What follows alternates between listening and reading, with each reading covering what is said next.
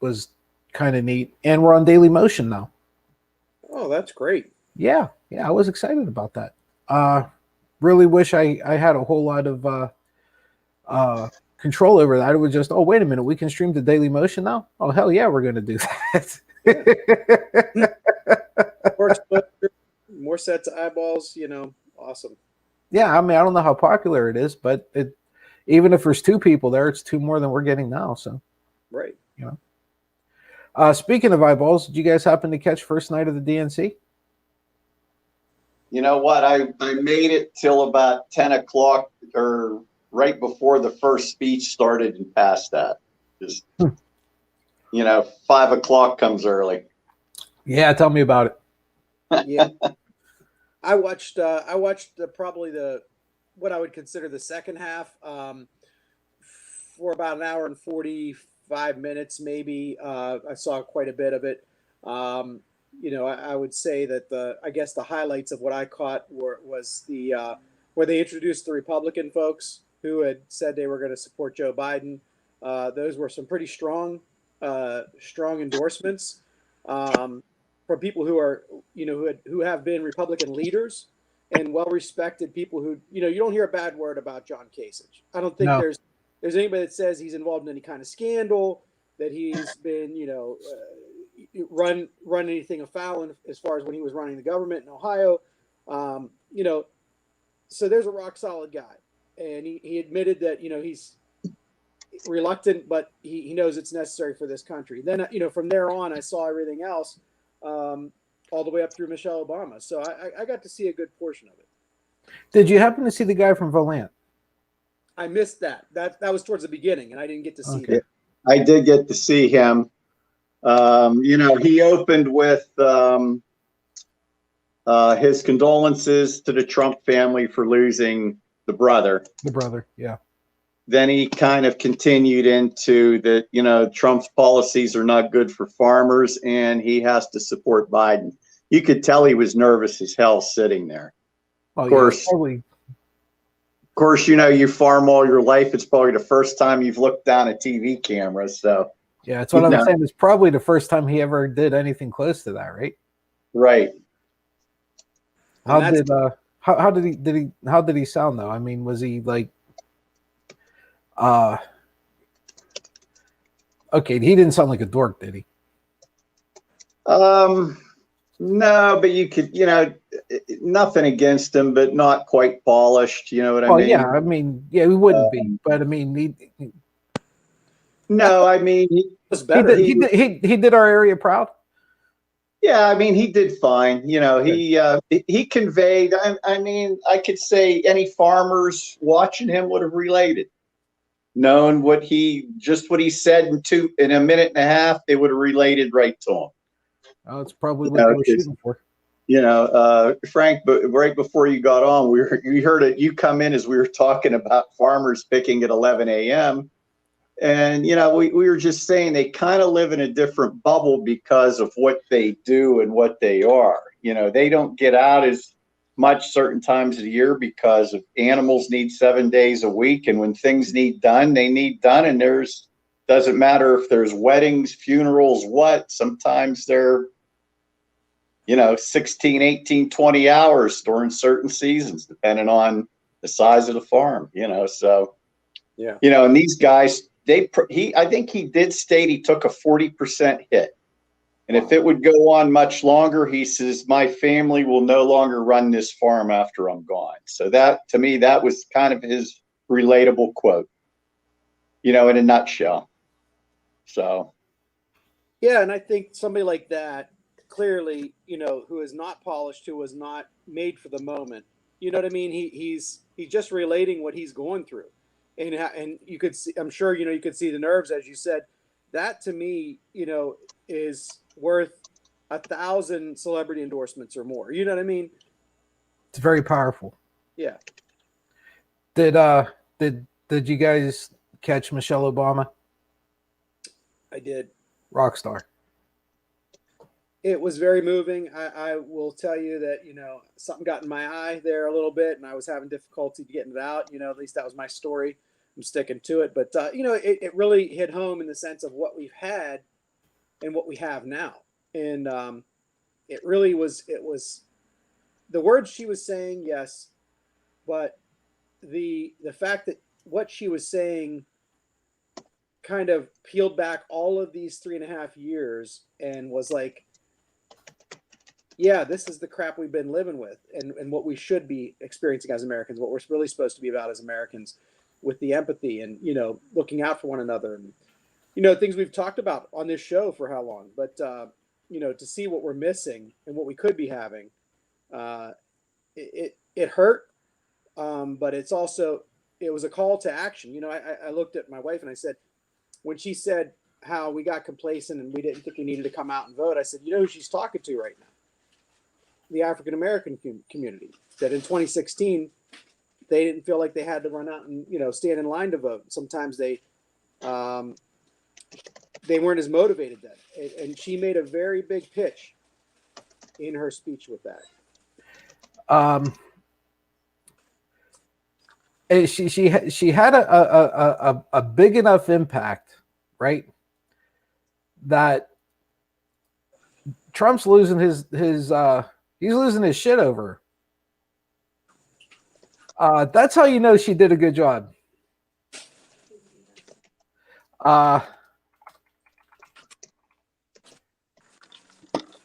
You saw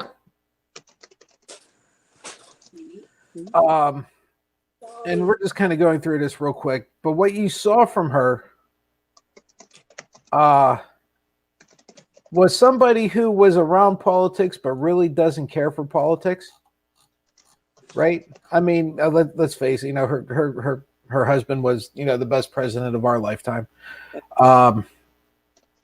She was a great first lady, but you could tell that was not really her forte, right? But what she did was it kind of, and the reason I brought up the guy from Volant was, I mean, she was far more polished, obviously, but it was still that same kind of honest, I'm not a politician, but folks, we got to do something about this, right? And I thought her segment last night was very, very powerful.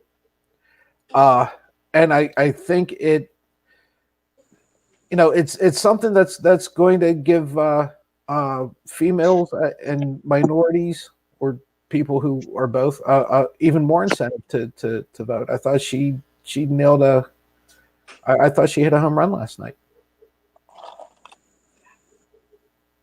I like when she said, I fully realize that there are a lot of people in this country who, number one, either won't be watching me because no matter what I say, they're just not going to care.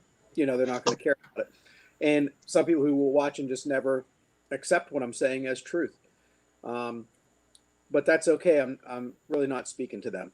But, you know, she said about still remaining going high. And she defined that a little further for this campaign. When they go low, you still stay high. But she said that doesn't mean you allow people to, you know, run over you. You need to speak the truth and bring them back to reality.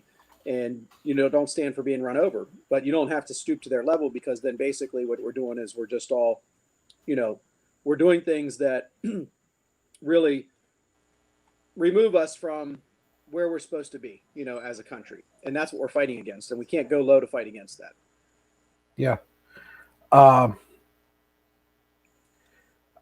Do you think that the message that she's sending, let's face it, this is not the last time that you're going to see her give a speech for a Biden support speech, right? She's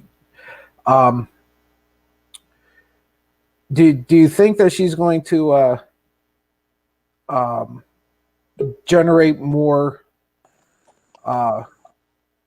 interest, support, enthusiasm, or whatever? Or do you think that there's enough out there that she's just an extra? I think she may appear with Kamala Harris at some point. I think so too. Yeah. I think she realizes what's at hand, and she might, and I'm thinking she may be the key more than Obama right at this point. Because you look at the demographics, and Trump basically won on the suburban housewife. He kind of said something about last night in Wisconsin, if you heard one of his dumbass comments. And I think that's the key. You know what? If I'm running that campaign, I'm looking at the numbers saying, well, the white males, 21 to 65, forget. We're never going to get them below. Well, what's the lead? What's the lead in that category right now? 60, 40 on the polling, or 58, something like that. Yeah, something like that. In that, well, not white males, high school educated white males. It's like that's the category he owns. You can't even say he owns seniors anymore. The suburban housewives, I got a feeling that's where they're going to concentrate. Because right now, I think he has an approval with the housewives of 34%. I know it's not high. Yeah, I know it's not high. And they're going to relate to those two women that are college educated and saying, hey, it's tough to have a career and kids. We know, we've done it. It's a balancing act. And I think they're going to concentrate a lot on that. Well, I hope so.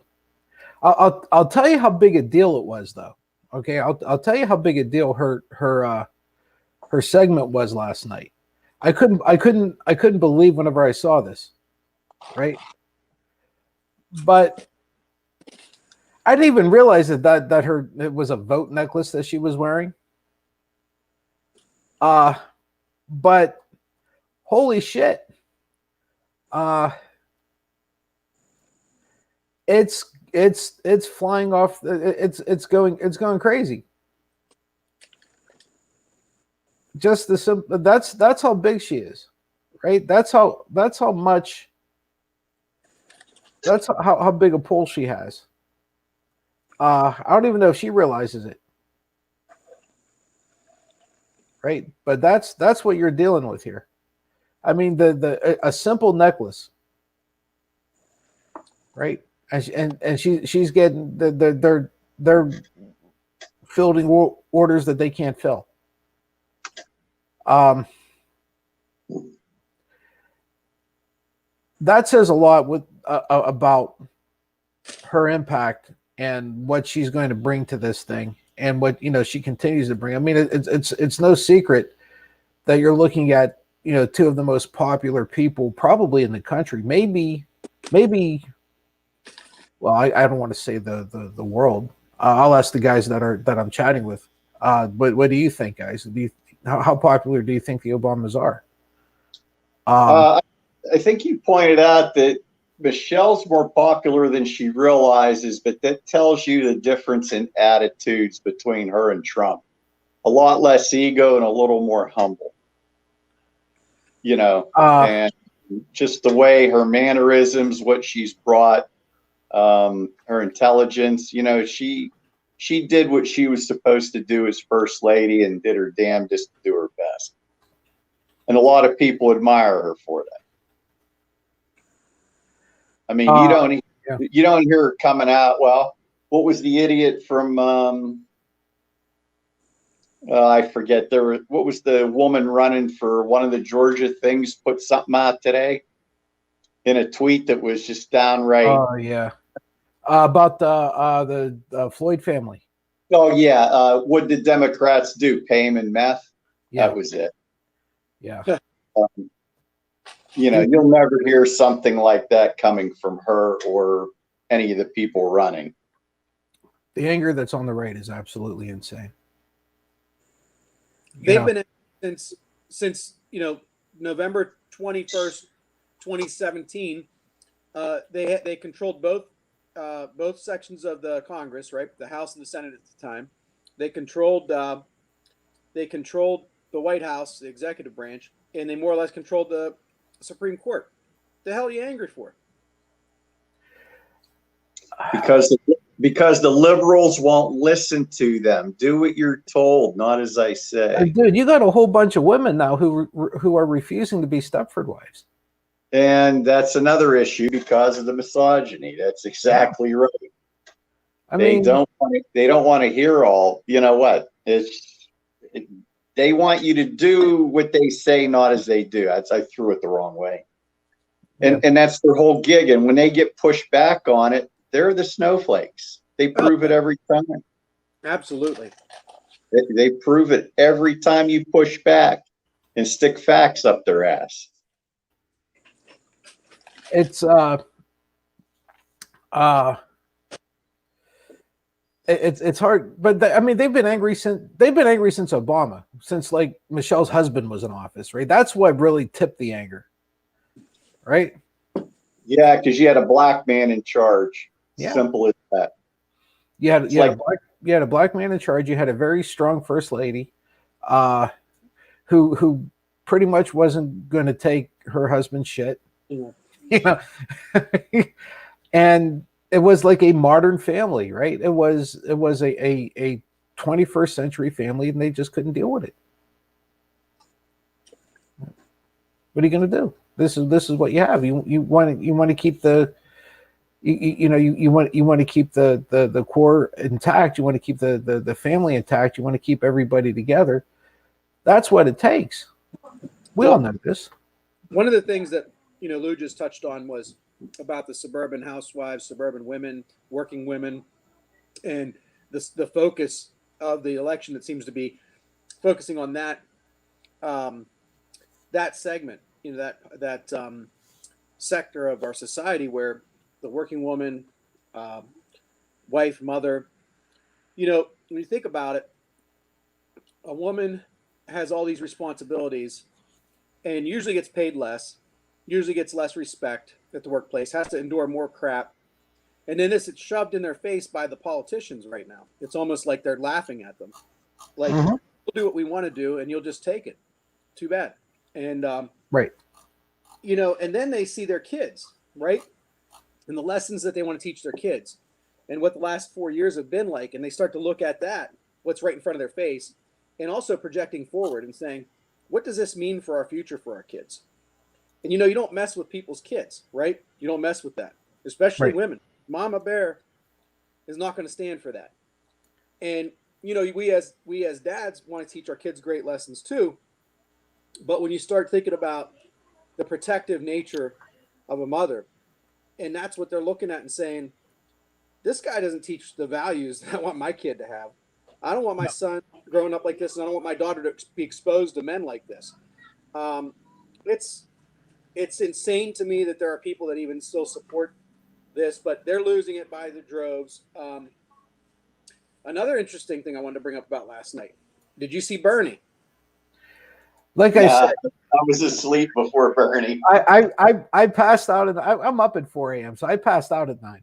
Okay. He made a very, very clear directive to his followers.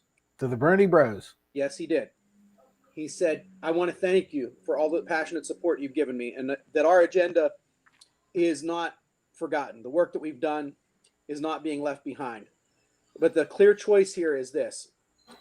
We either continue to work with somebody who will listen to our ideas in Joe Biden, or we risk losing all the progress we've made, not just for ourselves in our mission and our movement, but in our country.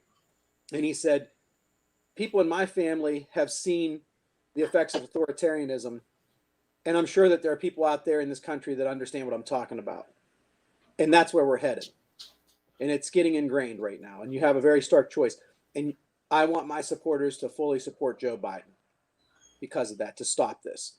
And he made no qualms about it. It was a very clear directive that he said, if you support me and you support my ideas, then you need to vote for Joe Biden. Do you, I'll ask both of you, do you think that that is somebody who recognizes the imminent threat to democracy that Trump is, or is this somebody who's trying to position himself for a cabinet post? I would say he recognizes the threat. He is of Jewish descent. He's, how old is he? 78? Yeah, I mean He's Jewish a year descent. older. I think he was born a year after Moses. Well, truthfully, I think he's a year older than Joe. And you got to think back, remembering the old timers you knew that are gone that fought in World War II. And did you ever see a Jewish person with the serial number on their arm from the concentration camp? I have never met anybody that was branded. I have met children of people who were. I actually met anybody who was. I actually have seen it a couple of times, but you're in Pittsburgh, you're in a larger community. And you know what? When you see that, it's just a stark reminder of what we could be headed for. Very chilling. And you figure the youngest ones in those camps now would be near 80 if they were young then. They're in their 80s. There's not a lot of them left. Very few World War II veterans left that saw that witnessed it firsthand. They know. And that's what you're losing. And there's not enough of them to convey what they saw and what they fought for. D-Day was how many years ago this year? 76? Yes. Okay. So you figure the youngest guys fighting at that time, I mean, there were guys that went in and got the signatures that could have been 16, 17, 18 on that beach. Mm-hmm. So they're at the youngest, they're in their early 90s. Right. Any veterans that are left from World War II are in that early 90s range now. Yeah. And then, you know what? And there's not enough of them to come out and say, look, we saw this shit. Yeah. And then history repeats itself. Well, and that's what I got from what Bernie was saying. That's exactly what I got from what he was saying. That this could be where we're headed. And the other thing that came out last night in an article late after after I watched the convention, first day of the convention, was that, remember we talked about people had their horses that they were betting on, that they were getting behind and pushing within the Democratic committee, and some folks that they'd liked other than Kamala, and they were trying to detract from Kamala and get their person in. Guess who was a very big Kamala supporter that had Joe Biden's ear? Bernie? You got it. I literally guessed. Yep. And they said it's a surprise because they didn't always politically align, but what he said was winning this election is the most important thing. There's one candidate for vice president that gives you the best chance to win. And that's Kamala. Well, I mean, you guys know I'm going to be a little partial, right? Because I've been a fanboy since she announced. So, I noticed that, and we had talked yesterday that Biden did get a bit of a bump from her, being on the ticket. It was modest, but it was an early poll, right? I wonder how long she's going to continue to propel him, because let's face it, she is rocket fuel. It's way too early. Trump, I think, is a whole hell of a lot closer than people are starting to feel that he is. I think it's nowhere near a slam dunk yet. But man, you got to figure whenever they get this ball rolling, because you figure the ball's going to start rolling after the convention, right? That's whenever things really pick up and start going.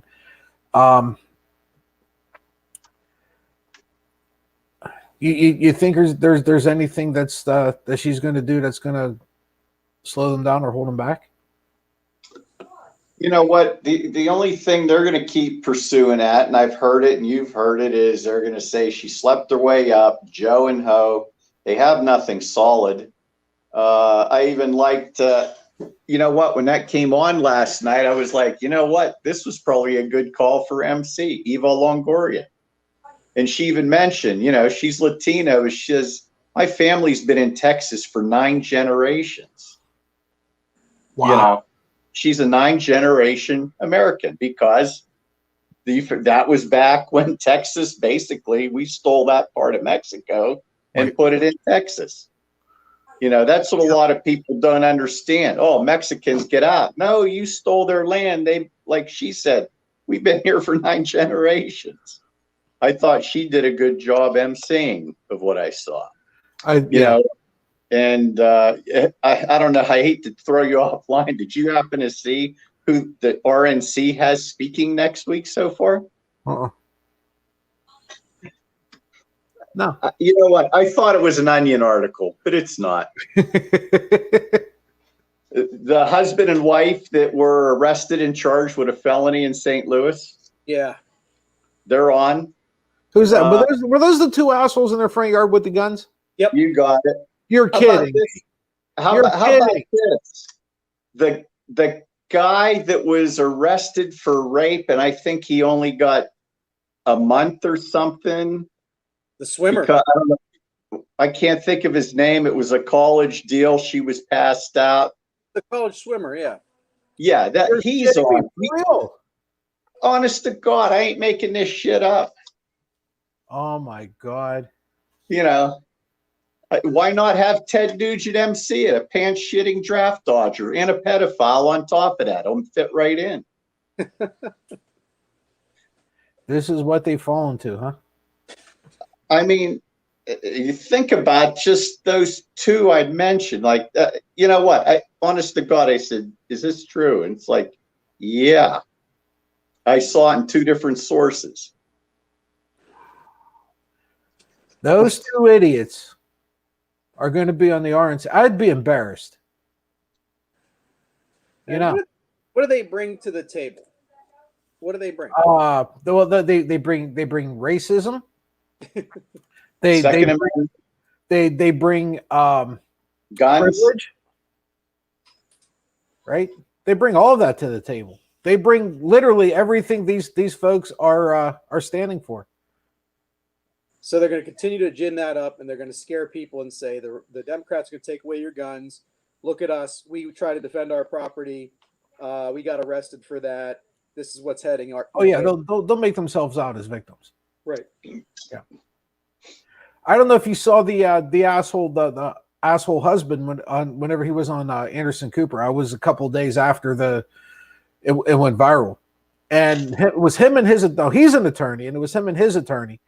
And he immediately went straight to the victim position. He was a victim immediately. It's like, these fuckers are walking past your house. All right, they're in the wrong part of town, and it's a dead end street, and yada yada yada. I get all that, but it wasn't like they were on your fucking porch. No, they were in the street walking past your house. I mean, call me crazy, Frank, but you know where we grew up. Just shut the fuck up and let them walk through town.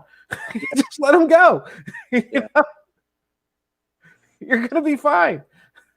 Yeah, that's all it's about, the entitled privilege. You know, well, you shouldn't be in my part of town. I got a question for you in that regard. I had a sign out in front of my yard, a political sign. I got 2 new ones now, but one of my signs got torn up, shredded up. So somebody had to walk on my property and touch my sign. Mm-hmm. It's not like they're threatening me personally, so can't use deadly force. But hey, can't I defend my property like these folks did? Shouldn't I walk out there with my shotgun and say, "Get off my property"? Yeah. I mean, if that's where we're going with it, right? This is my property. Why the hell not? Yeah. Why the hell not?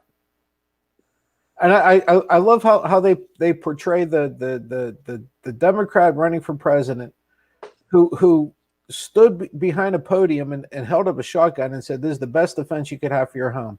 How he's going after your guns. Yeah. I don't get that.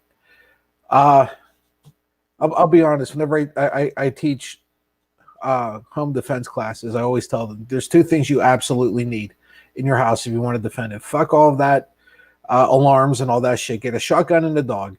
That's right. The dog. All you need. The dog's the deterrent. The shotguns, whenever they don't bother to pay attention to the deterrent.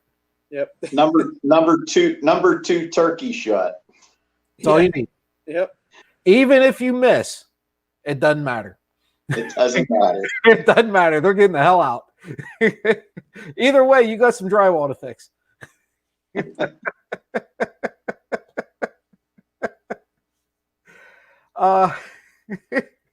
All of our progressive friends are going to hate us. Don't forget, we live in Mayberry. Then we do, and I'll tell you the truth. I out here, especially out in our portion of Mayberry, you have to be silly not to have a shotgun. Yeah. I mean, you really. I mean, Frank, you've been to my house. You see where we live. Trust me when I tell you. You want to deal with coyotes? You better get a fucking shotgun. Yeah. Because that's it. Okay, that's all you got. Yeah. That or you And get they're everywhere around here. They're everywhere. You got chickens, dude. I know my Akbosh is out there now. He's definitely a big time deterrent. And my pit bull mix. You know what? I think that's the one that really would probably kill them. He's like the Akbosh is already bigger than my pit bull mix, and the pit bull mix takes him right by the neck, literally, and just puts him down. And it's like, listen, this dog doesn't. If anything comes here, it's done. Both of them are going to get him. I got a German Shepherd who can't control his back end, and a Dachshund who would rather sit there and sit beside me and watch my son play FIFA. But if they can bark, that's what you need. But dude, you've been in my house. That dog's intimidating, right? Yeah. It's enough. It's enough. It is. Lou, you've been there, right? He'll grab your attention. Rocco doesn't like me. Oh, he loves everybody. He loves everybody. He's just. You look at him and you go, "Oh shit!" And when he's at a window and he's barking and the window's vibrating, he's a big deterrent. Yeah, big time. What else do you want? Right? What else do you want? The Senate was busy today. Sorry, guys. It was the best. That was the best segue I could do for you. They had a few things to say. Manafort's a piece of shit. Yeah. Right? And let's not forget, and this is the part that Fox Entertainment's not going to let anybody know about, or they're not going to. It was a bipartisan intelligence committee, right? The Senate Intelligence Committee is bipartisan. All right. And even this, all right, it's Axios. And the reason I'm doing this in my pocket one is because I really don't feel like all the pop-ups telling us to subscribe. It's a 996-page report. I'll be honest with you guys. I didn't read it, and I'm not going to. I'm going to take their word for it. Manafort hired and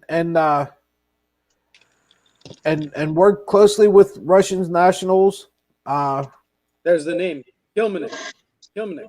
Yeah, that name came up about 2.5 years ago, right? Yeah. On numerous occasions, he sought to pass sensitive internal polling data and campaign strategy to Klivnik. Now, we knew that. I believe Mueller brought that out. There's the whole Roger Stone thing, who's somehow got off the hook. Right? I know the only reason he got off the hook is because he's got shit on Trump. That's how he got off the hook. There's the Trump Tower meeting. That was the whole what do you call it? Wasn't it? What the bullshit did they come up with for the meeting? Adoption. Yeah, that was it. Here's the wild card to me is Michael Cohen, because Trump's fucking him. And didn't Cohen come out and say he knows where all the bodies are buried? Yeah. Well, I brought up that I have it up right now, and it's 966 pages. Yeah, you're not going to read it all.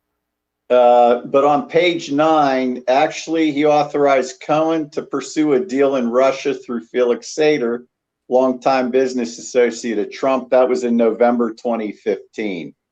Actually, then I did see they're pinning Trump back to 2013 with the Russian oligarch from when it started with was it Miss Universe pageant? Yeah. So they do name that oligarch. And of course, what was her name? Vasilynitskaya, whatever her first name was. She was in those meetings also. Russian lawyer. So, what did we catch also that, you knew damn well that Manafort, Stone, and Trump Jr. and Kushner all lied before Congress. Yep. Yeah. At this point, at the end of the day, it's not really going to matter, right? There's just too much. It's really not going to matter. You have 77 days before the election. It's not really going to matter. The part that's really bothering me is we almost have to go looking for this story and this information, right? Where any other time, this would be the biggest thing on every news channel there is. We've made the bullshit the norm, and that's disconcerting. Well, speaking of that, I mean, this is an amazing, huge story. I mean, that we've got a Senate report that's calling out this Russian interference at levels that were, that's, again, the alarm bell should be ringing like crazy, like we talked about with USPS, and I think we're going to get into that soon again. But you've got a president who said, again, he floated the idea of having a third term. I think, 8-10 months ago, he said I should get more time because of all the Russian hoax investigation. Now he specifically came out and said I should get a third term. I should be able to run for a third term. And I was speaking with a friend of mine he's probably a MAGA. We don't really talk politics, but he's a really smart guy, and he's just a blue collar, and I don't mean just, but he's just a hardworking guy is what I mean by that. He just goes to work every day, does his thing, and he really doesn't get into politics too much. And we got into that a little bit just talking about that. And he said, I think he's joking around. And I said, maybe, but the thing is, it's out there. It's like he's just trying to create this norm around it, and that's where we are. Where we're desensitized to all this stuff, And he said, maybe you're right. Maybe he is trying to push it and see how far he can go with that, and see if he could be the first guy post FDR to be able to do that. People should be yelling from the rooftops about this. There it is. Yeah. And again, we had to go look for this. It's not that's the part that killed me. We actually had to go look for this.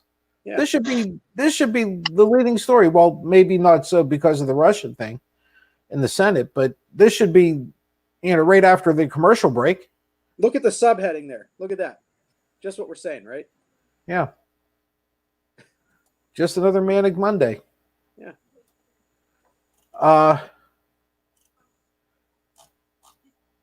The part that no one's really taking into account is the fact that this garbage is mainstream, and we just accept it and just move on like it's like that subheading says, just another day.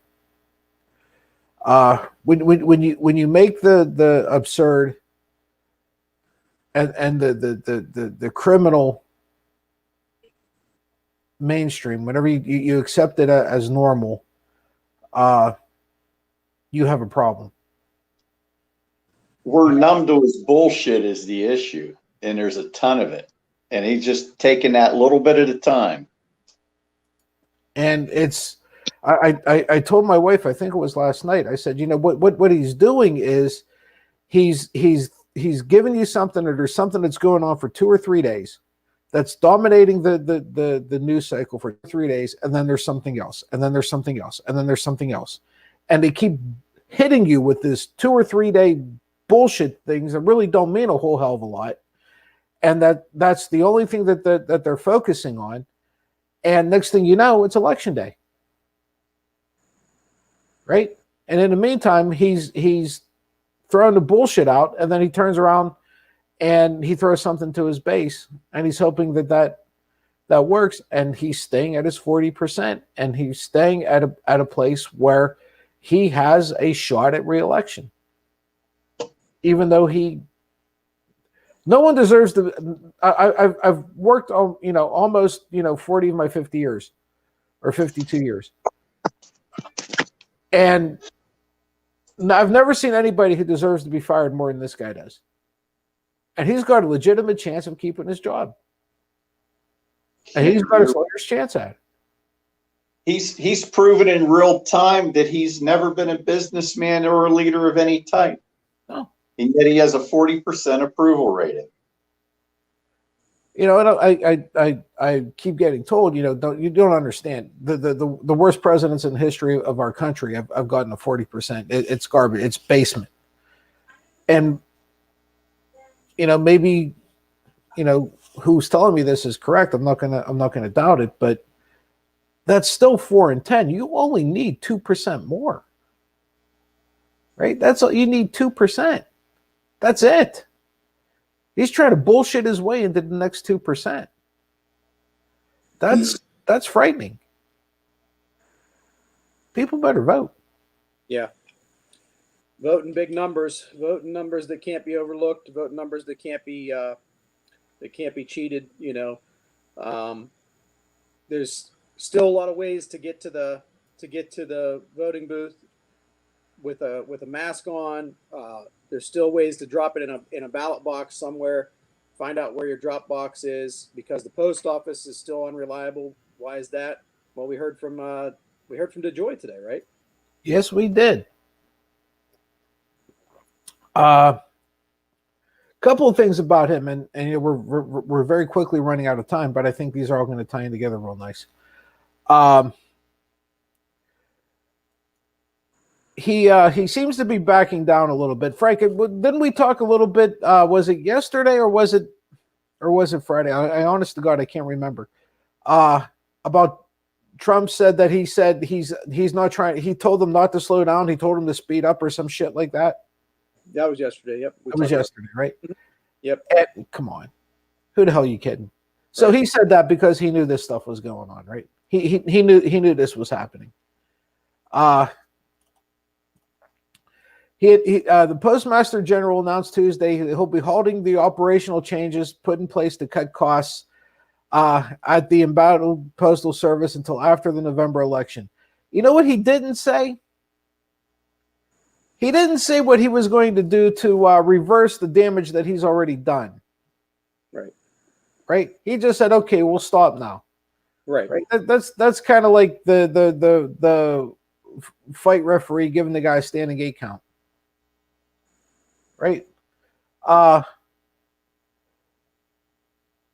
He kneecapped, I want to say 20 states. Lou, does that sound right? 20-some states he's already kneecapped? Oh, at least. I don't know which ones had the most of the machines taken out, but I did have a picture of the main facility in Cleveland, which is a rather big operation. They had a picture of the machine sitting out back, and I mean, these things are huge. How they sort.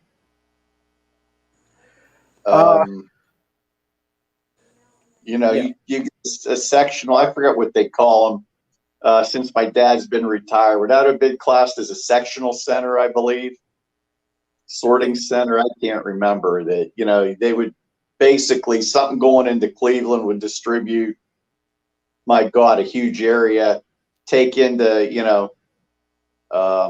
probably part of Pennsylvania, upstate, Buffalo, back into Michigan, and most of Ohio, probably. Yeah. Here's the reduction in sorting capacity. Now, I want you guys to take a look at the big red one, okay? The big red one's here, okay? here, here, here, here, here, here. You guys want to take a shot at what all these little places have in common? Probably all Democratic cities. You are damn close. Those are all of those big red circles. Hillary won. Yep. Hillary won all of those. Now, that being said, he can take as many as he wants out of Los Angeles County. It's not going to matter, right? But a couple in Jersey, one or two in Ohio, one or two in Michigan, Houston. Looks like Philadelphia. Yeah, looks like Philly, right? Big for us because, that's going to, there's probably 3 or 4 candidates that are going to swing this election in Pennsylvania. Literally, every one of those Hillary won. Literally. But this clown is going to get up in front of the House, later this week? I want to say Friday, and say what? It was a coincidence? Yeah. What do I say about coincidence? Take a lot of planning. They take a lot of planning, man. They take a whole lot of planning. Saw through I had read somewhere where when did Joy come in June? I had read that this started back in March or April. Probably under cover of COVID. Yeah. That would not surprise me. Remember say they've been planning this for a long time. Because there's a lot of postal workers that have come out saying they started seeing changes in certain things back before DeJoy came in.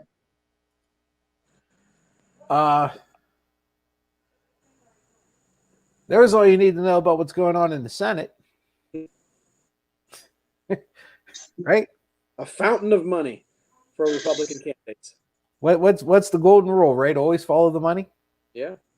A number of DeJoy's GOP beneficiaries are facing tight races this year. There's Miss Lindsay, all right, Tom Tillis, Martha McSally, John James, Gary Peters. You think these clowns are going to do anything to give him a hard time? Kill their cash cow? You think? Here's the money he gave, and what's going on. Here's a little more. These clowns are never ever going to do anything to go against this guy, especially whenever they're in races that they have a really good chance of losing. Right? I promise you, Miss Lindsay's not going to give up anything. He's helping them with direct contributions, and he's helping them by keeping people from voting against him. Right. But he's got to go up and face Congress on Friday, right? I want to say it's Friday. Yeah, it's Friday. Do you guys happen to see Katie Porter? She said I did see her quote. Oh my God! Right? It's awesome. She's I don't want to sound like a fool, but that's a tough chick right there. She's going to eat him alive. And to say it beforehand, first of all, we've seen her in action. We've seen her with folks, and she comes prepared to the point where when she gets into it, she's going directly to the point. She has statistics to back her up. She has all the information at her hand, and it's simply done. It's not like overdone. It's simply done. Mm-hmm. So to come out and say what she said, my goodness, what do you think she's got ready to go? Because that these guys are going to come in and try to obfuscate. They're going to try to lie. They're going to try to block. They're going to try to hem and haw and do everything they can to undermine her line of questioning. So she's got to know, look, I am so well prepared for this guy. It's not going to matter. I can come out beforehand and tell you, I'm going to knock you out with my right after I set you up with my left, and you ain't going to do a damn thing about it. It's the old Billy Jack line, right? I'm going to take this foot. I'm going to hit you on the right side of your face with it. And there's not a damn thing you can do about it.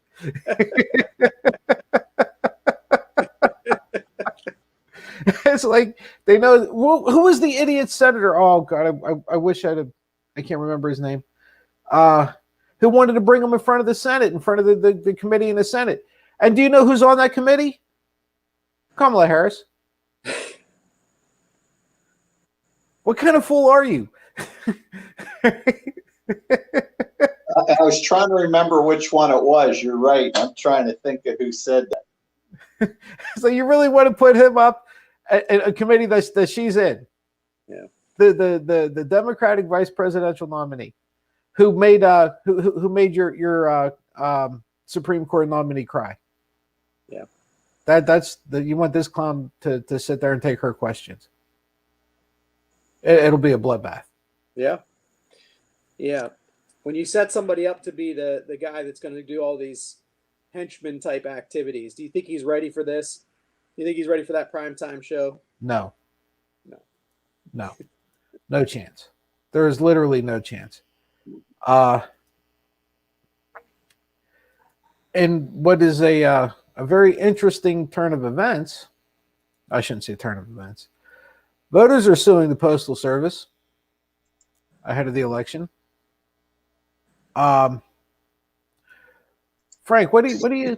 I don't know if you saw this or not, but 4 voters from different states filed lawsuits on Monday alleging DeJoy and Trump are conspiring to undermine the presidential election by incapacitating the Postal Service. The voters who reside in New York, PA, Texas, and Indiana are suing to reverse several of DeJoy's changes to the Postal Service by reinstating overtime pay for postal workers, re-implementing sorting machines, and a court order barring Trump and DeJoy from engaging in further attempt to deny the plaintiffs the right to mail in their vote. Hang on, go back down again. I want to tell you. I want to pick something out real quick. Okay. The great line. Okay, right there. Yep, right where your arrow is. Here. Yeah, in short. That paragraph. Yep. Jeez. Okay. Not to mention, I'm going to go from the middle. Helping Trump sow doubt in the minds of Americans about the integrity of the electoral process and the outcome itself is a loathsome tactic, one associated only with tin horn dictators and banana republics. The voters complaint. So that's in a legal document. That's in their seminal document, the complaint that they filed with these courts in those 4 states. They have said that our president is acting in a way with his henchmen there in a manner that tin horn dictators and banana republics operate. Even the AARP is involved in this. Yeah. They're big. Frank, you had talked a little bit yesterday about this, about how, like, what was yesterday was 78 days. We're at 77 now. Mm-hmm. So obviously, and realistically speaking, they probably don't have enough time to get this through. But I love it, though. Do you think it's going to have any weight or any bearing on anything? Yeah. I'll tell you why. It's a tactic to me that says we are not sitting back and waiting for anything to come about from a political standpoint. We're putting the country on notice. We're putting the government, the courts on notice, because if we get to a situation where, there's some way that proofs come out, even if it's close to the election time and you have a close election, Trump's been trying to set this up as a contestable election in case he loses. Now you've got the reverse of that. We've got American citizens who are now setting this up as a contestable election if he wins. And they can take it all the way up to the Supreme Court and say, look, he has stolen this election from the American people by taking away their right to vote in an unconstitutional manner. They can make this a constitutional issue. And I love it, because now I don't care what kind of politicians decide if they're going to subpoena people, not subpoena people. It's out of their hands. I mean, it's still in their hands to some extent. They can do something about it. But this piece is uncontrollable by the politicians. Now there's people who are who have, and I'll tell you what, when you pick that piece out with the AARP, let me tell you something. They've got very, very sharp attorneys, and they've got a shit ton of people over the age of 55 who are informed. And the stuff we've been talking about that Lou's been bringing up for a little while now about the older voters, him losing the older voters. The AARP is huge in this. They educate a lot of folks about their Medicare, about their Social Security rights, the threats to those on a daily basis. They advocate very hard for them. They're kind of like, they're the dream lawyer. They're like the guys that and gals that say, by the way, we're fighting for you. Here's what we're doing for you. Instead of you calling your lawyer and saying, what are you doing for me?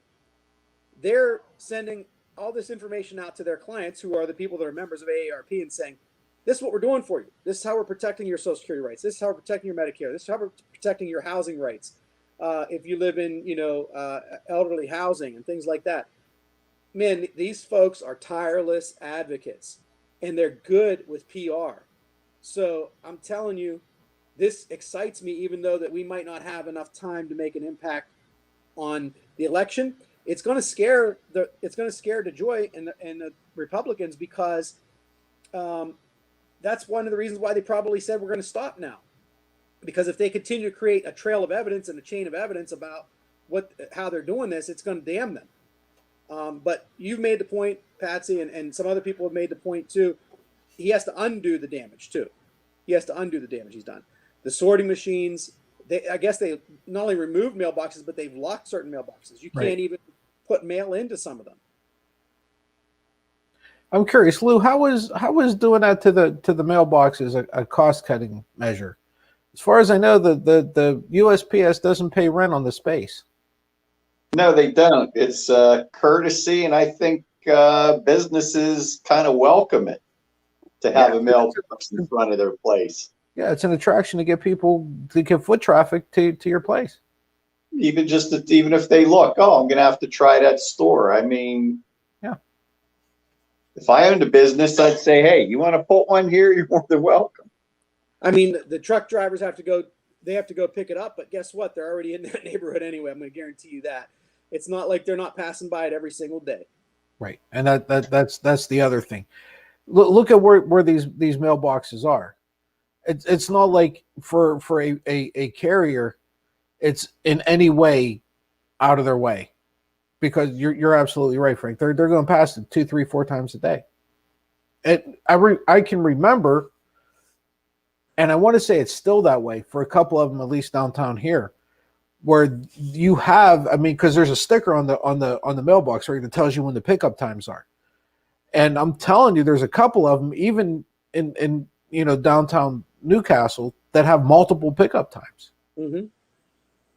So they're going past it. They're there. Yeah, a lot of those mailboxes were put in a business district for businesses themselves for convenience. How many small businesses are billing people? They walk out and boom, here you go. Yep. Get them out of here. It's unbelievable. Small business post office for sure. I wanted to talk about mail-in voting, but we're running out of time. Because it kind of ties into the post office. And one thing I wanted to point out, and I want you guys to see it. It's only going to take a minute. The email that I got from my mail-in voting application. Okay. Mm-hmm. So this is it. This is my email account. This is my actual email account. Few things that come grab my attention. We're reminding you that earlier this year you signed up to be an annual mail-in voter in Pennsylvania. Okay. And you can just click on this link. You can put in your information, and what this graphic is showing you is your ballot type, which election your ballot is for. Since I'm an independent, it's the general election. When it was excuse me, when it was received, when it was processed, and the status, which means unlike a physical, whenever you go to the polls, I know exactly what the status of my ballot is at any given time on any given day. Okay, I know exactly where my ballot stands. What has it been processed? Has it been sent out? Have I received it? Did I send it back in? Did they receive it yet? Has it been counted? I can tell simply by going to this website, right, and checking the status. That's some pretty powerful shit. Yeah. Right? You don't get that with going to a polling place. I guess the biggest question I have for you, just your opinions, well, because we're running out of time, so we can make it quick if you want. I'll start with Frank. Why aren't more people doing this? With all those safeguards in place, it removes a lot of the doubt that I would have. And I'm glad you brought it out and showed people, because to me, I mean, it seems like a safer way to account for your vote being actually counted, and knowing where it went and being able to track it like that it's a great question you ask. I mean, and I don't think people know the information that on a wide scale that you just revealed. Lou, how the hell can somebody fraudulently cast my vote? You know what? And I didn't even know that till you brought it up. I mean, I did do the mail-in for the primary, but why isn't that information just on the local Pennsylvania news stations? Mm-hmm. I don't, you know what? People watch local news. That's where there is no real, like MSNBC, Fox News split. They watch the local to see what's happening in their town. So if that's put out in front of them by what's supposed to be a nonpartisan news station, how many people on both sides would say, "Oh, I didn't know that. It is safe." Yeah, I've never seen anything alleviating the fear Trump's throwing at. Yeah. Am I right in saying that none of the Youngstown or Pittsburgh channels are controlled by what's that conservative bullshit? Sinclair owns Channel 53 in Pittsburgh, but there is no news on Channel 53. Yeah, they piggyback on another local channel's news. I think Channel 11 uses them for a 10 o'clock piggyback. Yeah. So they have no control over what 11 would say there. Right. So yeah, that makes your question even bigger. Why aren't the local channel? And as far as I know, no Youngstown channel is Sinclair. I don't believe so. I think Sinclair is. I think they have one closest is Steubenville and Wheeling. Yeah, Steubenville or Wheeling, I think, is their closest one. So yeah, that's a great question, Lou. How come local channels aren't relaying this information? Who's the guy? There are the few of them that were on local Pittsburgh stations. That Andy Sheehan, and there was another guy. It was like, and they did the investigative reporting. They're on your side. That kind of, those kind of stories. You remember those ones? Yeah. You ought to contact them. I think if you go to their channels like kdka.com, you might be able to get in contact with somebody like that and say, I just stumbled across this. I think it'd be very useful for folks to understand and know. In our region, would you be willing to run a story on this? And I think it's one of those things that maybe it's not on their radar. And it might not be. Yeah, it would be great if you'd bring it up to them. I know, just having some news coverage both from my Maryland Legal Aid days and also my private practice days. There were times where they contacted me, but there were also times where I contacted them and said, "This is a story I think you should cover. Here's why." And look, we're in election season. What has more eyeballs on it than an election story right now? Right. So I think it would be a great little pitch that you could make for them. Yeah, you know what? I'll probably do that tomorrow. And if they don't, well, then they don't. But at least they know about it, right? Exactly. I with the exception of an app, I think this is the most secure way to do it. I'm sorry, I do. And I don't think I'm going to get my my wish of an app for. Well, I might be way too old to be able to look at a screen on a phone to Your see. Your fingers will be like this. I'll be shaking as I'm doing it. and that's unfortunate, but it is what it is. Anyhow, guys, I think we should wrap it up. We have gone a little over. Anything you guys want to say before we put this puppy to bed? Real quick, I want to give everybody a quick little taste of something that might be worth your while. Louis gave us Braille last week. I'm keeping my eye on that. I think there may come a time in the next quarter or so, but maybe a little sooner than that, to jump into that because of the contracts you were talking about possibly coming out. But here's another thing: XLM. It's a cryptocurrency. XLM is Stellar Lumens. That's its symbol, XLM. It's trading at 11 cents per XLM right now. Now think about Bitcoin and Ethereum. Okay, Bitcoin's at 12,000 per one Bitcoin. Bitcoin started out under $1, per Bitcoin. The difference between XLM and Bitcoin is Bitcoin takes a whole bunch of algorithms to actually spend a Bitcoin. You can buy like plane tickets and things like that with Bitcoin. You can buy on Amazon, but they have to solve all these equations to actually make the Bitcoin transfer money into Amazon's account or whatever, the buyer, the vendor. With Stellar Lumens, it's an instantaneous cooperation amongst banks, individuals. It's like the web itself.